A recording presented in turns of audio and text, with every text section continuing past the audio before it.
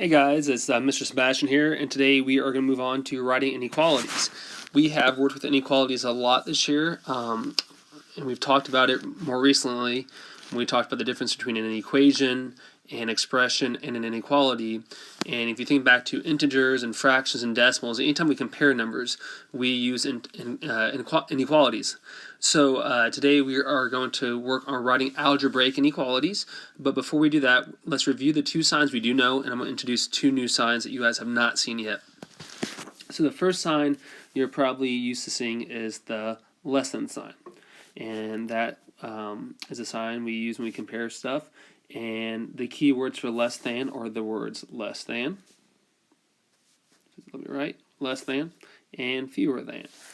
And that's like saying I have 4 dogs is less than 5 dogs, or 2 friends is fewer than 8 friends. It's just a way of comparing two numbers.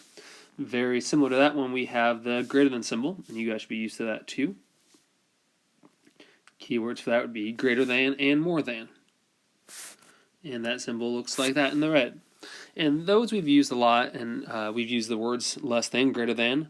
If you think back to class, I'd say left hand less than. I would have taken an L off someone's forehead to show you guys that. The newer symbols we're talking about today are less than or equal to, or greater than or equal to. And the less than or equal to sign looks like this. And if you notice, it's simply a less than sign with a bar underneath it.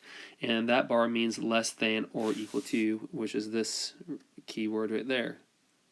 And you're like, well, how in the world can something be less than or equal to at the same time?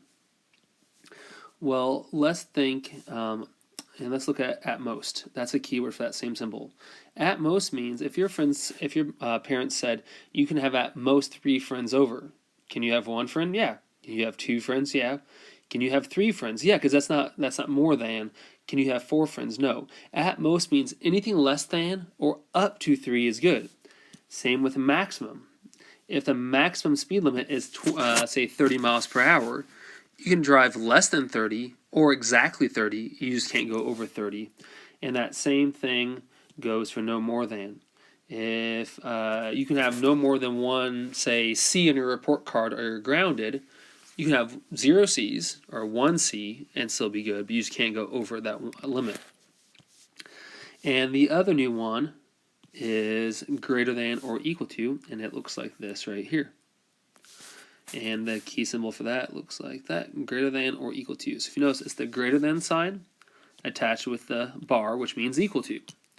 And the keywords for that are at least. So maybe, I know when I talk about this, I was thinking about Holiday World, when they walk around with those white PVC pipes to measure how tall you are. And to ride a roller coaster, you might have to be at least 48 inches tall. So you can be greater than 48 inches. You can be exactly 48 inches. You just can't be less than 48 inches. You have to be at least bigger. It also means minimum and no less than are all keywords for the greater than or equal to sign. So for today's assignment, you're going to have 18 situations in which we have to write an inequality, or in our case, an algebraic inequality. And an algebraic inequality, let me scroll down for a second. If I want to write an algebraic inequality,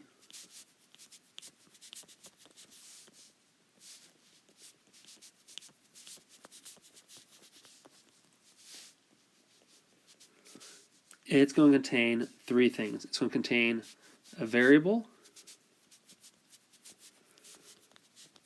It's going to contain an inequality sign, which is one of those 4 signs we just talked about. And it's also going to contain a number. So it's going to contain those 3 things, a variable, an inequality sign, and a number. That is what makes an algebraic inequality an algebraic. Oh, don't want to do that. And that's what makes it what it is. So let me scroll back up here and let's practice doing the first 2 together. It says last week's profits were at most $50. So for these, I want us to get into practice. We need a variable to begin with. Let's write the variable x. I'm going to write it every time, and we need a number. I'm going to leave some space. So last week's profits were at most $500. So first, let's just think about it. At most means if they were at most $50, if I said 500, I apologize, I meant 50.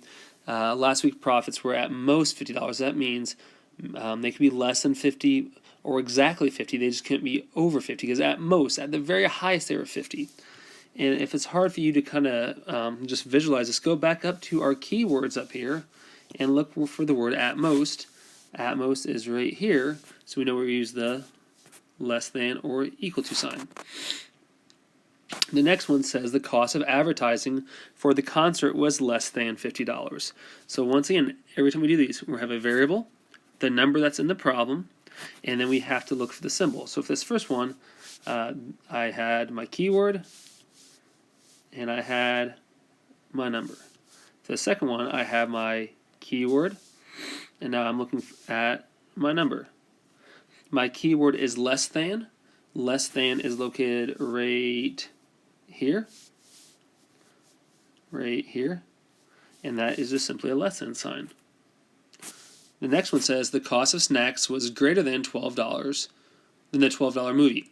The cost of the snacks was greater than the $12 movie ticket. So here is my number. There is my keyword. So when I do this, I write my variable. I write the dollar amount or whatever number we're talking about in the problem, and I find my keyword up here in this chart above, which is greater than, and I use the symbol there. So that's kind of what I want you guys to do for the rest of your assignment. I want you to complete the rest of these 18 problems using the keywords to help you and using this to help you right here. So if you have any questions, email me, contact me, but have a great day, and I hope to see your assignment turned in soon.